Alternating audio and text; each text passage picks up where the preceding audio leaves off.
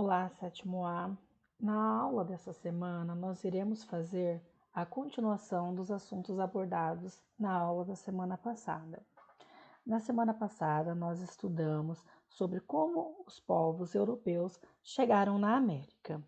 E hoje nós iremos estudar como ocorreu o processo de colonização do Brasil por Portugal, ou seja, o que Portugal fez para usar e usufruir das terras que viriam ser o Brasil.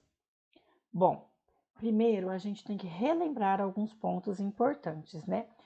Vamos lembrar o porquê que as potências europeias se lançaram ao mar e acabaram chegando na América. Lembram que eles estavam impedidos de fazer o comércio com a Índia, né, lá no Oriente, através do mar Mediterrâneo. Então eles fizeram o quê?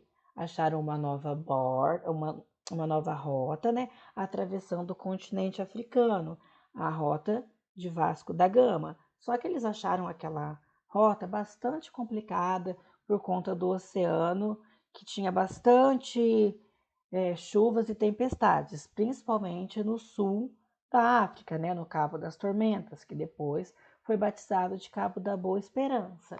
Então, o que, que eles fizeram? Eles resolveram utilizar a rota de Cristóvão Colombo, uma rota feita em 1492. Nós podemos ver aqui na primeira imagem que ele tinha encontrado algumas ilhas longe do continente africano, né? Então, as potências europeias, elas acreditavam que essas ilhas seriam uma rota mais fácil para eles conseguirem chegarem à Índia. Então, o que acontece? Portugal e Espanha, que eram os dois países ali que tinham o maior desenvolvimento das navegações, fizeram um acordo que eles iriam dividir todas as terras que eles encontrassem nessas novas rotas, ou seja, o acordo do Tratado de Tordesilhas, certo? Que nós podemos ver aqui embaixo, ó. Essa parte ficaria pertencente a Portugal e o que encontrasse além, né, desse tratado seria de território da Espanha. Então, em 1494 foi assinado o Tratado de Tordesilhas. Porém, esses dois países imaginavam ter encontrado ilhas, né? Eles não tinham dimensão de que era um novo e gigantesco continente. Então, tentando contornar o continente para chegar à Índia, eles viram que se tornaria uma rota muito mais longe do que ir pela África. Então, eles lembram que eles consideraram a América como inútil à primeira vista, porque o objetivo deles era chegar na Índia mais rápido e não mais lento, né? Ok, mas sabendo dessas descobertas de Portugal e Espanha, as demais potências europeias, aqui eu destaco a Inglaterra, França e Holanda, elas questionaram o Tratado de Tordesilhas, né? Essas potências elas falavam o quê? Como assim essas novas terras vão ser só de Portugal e Espanha? O mundo não é de Portugal e Espanha. Então essas outras potências, elas também se lançaram ao mar para tentar descobrir essas terras, forçando assim com que Portugal enviasse pessoas para habitar as terras da América, iniciando assim o processo de colonização no ano de 1500. Agora nós vamos tratar de como ocorreu esse processo de colonização em 1500, né? A gente já sabe que foi praticamente por conta do medo de perder as terras para outras potências, né? Principalmente para a Inglaterra. Então vamos lá, ó. A gente viu que o Tratado de Tordesilhas ele foi contestado, né, pelas demais potências e criou uma espécie de corrida marítima que consistiu: as novas terras iriam ser daqueles que as povoassem e estabelecessem domínio. Antes da gente falar sobre como Portugal chegou e estabeleceu seu domínio, a gente tem que lembrar que, quando eles chegaram nas terras que viriam ser o Brasil, eles encontraram povos nativos, né? Ao portarem na América, os europeus tiveram um grande choque étnico, pois encontraram novas terras com povos extremamente diferentes do que eles estavam habituados. Isso é, costumes e maneiras, né? Pedro Álvares de Cabral, achando ter encontrado uma nova rota para chegar na Índia, nomeou esse povo como índios, né? Então, o Cabral ele imaginou que tinha chegado numa região da Índia que ele ainda não conhecia, que aqueles ali eram os habitantes. Por isso, o nome dos nativos são índios, né? Porém, o que se engana é que esse contato tem ocorrido de forma pacífica. Ou seja, a gente sabe que os índios eles não aceitaram os portugueses assim tão de boa, de uma forma pacífica. A gente vai estudar mais para frente que na América Central houve muitos combates.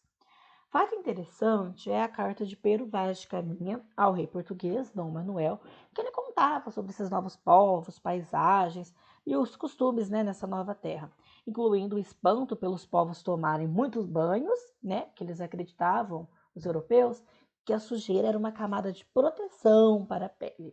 E também a questão da tonalidade da pele, né, que não era uma pele branca, era uma pele descrita por ele como avermelhada, cor da terra.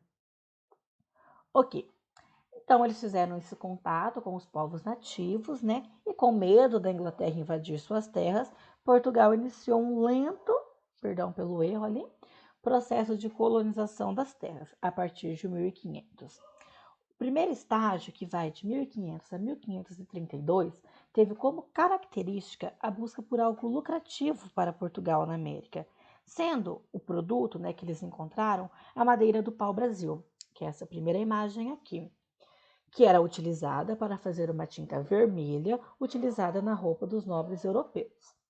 A extração dessa madeira só foi possível por conta da ajuda dos índios, né? Que não enxergavam valor nessa madeira. Os índios achavam que era mais apenas uma árvore que tinha ali. E a trocavam, né? Trocavam essa madeira por mercadorias advindas da Europa. Porcelanas, espelhos, pratos, roupas, né? Coisas que os índios não encontravam ali na terra.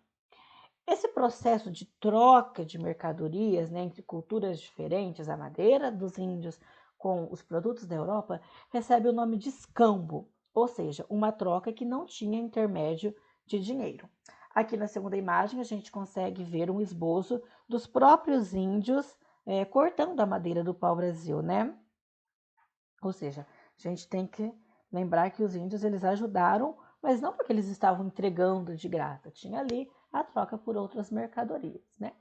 Então, esse primeiro processo no qual os portugueses vieram e trocavam ali as mercadorias, mas não moravam no Brasil, leva o nome de Brasil Área de Exploração. Isso é muito importante lembrar. Ele vai de 1500 a 1532. Porém, em 1532, a ameaça de invasão da Inglaterra tornou-se mais perigosa, o que levou Portugal a enviar finalmente pessoas para residirem na nova terra. Mas para isso era necessário um novo negócio, né? Que gerasse ainda mais riqueza para a coroa portuguesa. O negócio escolhido fora da cana-de-açúcar, por diversos motivos. O clima tropical, ou seja, um clima quente dessas terras, e o sucesso do cultivo em ilhas do continente africano levaram Portugal a estabelecerem esse tipo de comércio. Além de, claro, o açúcar ser um produto extremamente raro naquela época e de grande valor econômico no mercado europeu. Para isso, a porção de terra que Portugal havia ficado após o Tratado de Tordesilhas, como a gente pode ver, é uma porção de terra bem menor do que a atual dimensão do país, né? Praticamente ali o Nordeste e parte do atual Sudeste, né? Fora dividido em longas faixas de terra e cedidas para uso de poderosas famílias portuguesas. Isso é importante de saber, né? Eles dividiram a porção da terra de Portugal e emprestavam essas terras para poderosas famílias de Portugal. Por quê? Porque essas poderosas famílias teriam dinheiro e estabeleceriam nessas terras o negócio do açúcar. Para que essas famílias elas pudessem ali fazer o seu negócio, né?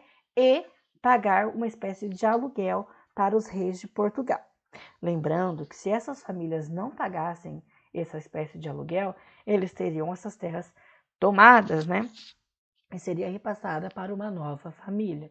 A gente traz como destaque aqui na primeira imagem a capitania, como era o nome dessas longas faixas de terra de Pernambuco, que era extremamente rica. Outra que foi extremamente importante é a de Ilhéus, que teve ali grandes canaviais, como a gente pode ver aqui na segunda imagem.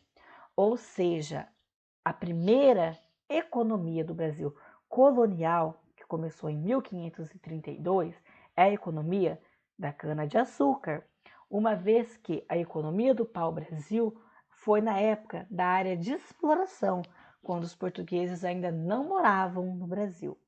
E aqui, ó, quando a gente passa de 1532, tem sim a presença e moradia de portugueses na terra do Brasil.